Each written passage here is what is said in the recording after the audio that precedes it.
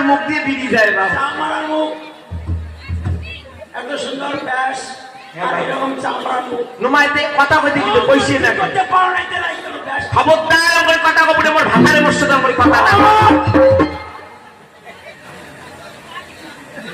কি বললে আমার ভাতারে আমার কথা মানে নুমাইতে এইরকম গাড়ির তল পরি বলছে বাংলাই গেছে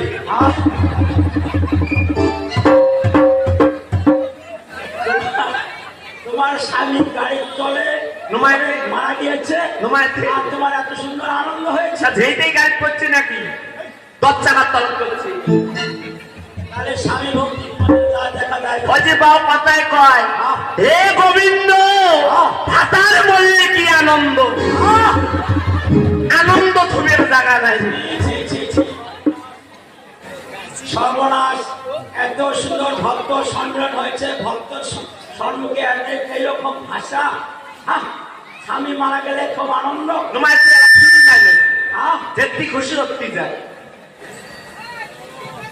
তার মানে আমি সব তোমার অন্তরের সব ব্যথা বেদনা আমি সব বুঝতেছি বাহ দুঃখ বুঝিস আমাকে বলতে দিবে বাবা ফোঁটা মারলে হবে না তিলক মারলে হবে না মালা গলায় দিলে হবে না তোমাদের মন এখনো ঠিক হয়নি এই যে মালা আর তিলক করলে তার গুণ আছে বল গুণ আছে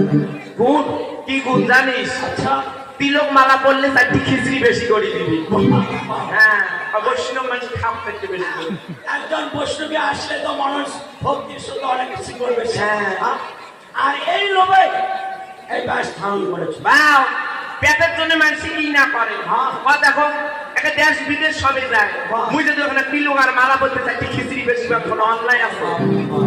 বেশ আচ্ছা এই যে কথাগুলো যে আগে বললেন হ্যাঁ বাবু হাওয়াই হাওয়াই হাওয়াই পাশে পাশে তোমার টিকে না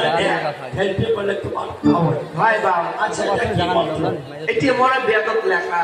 তোমার বাতে লেখা আছে ভাই বাবু আমার জীবনে আমি দেখি তোমার এইরকম চকু পাকড়ায় এই ব্যাগ কোথায় পেয়েছো চকু পাকড়ায় আমার ভাতারে বোকা করে কোনোদিন চকু পাকড়ায়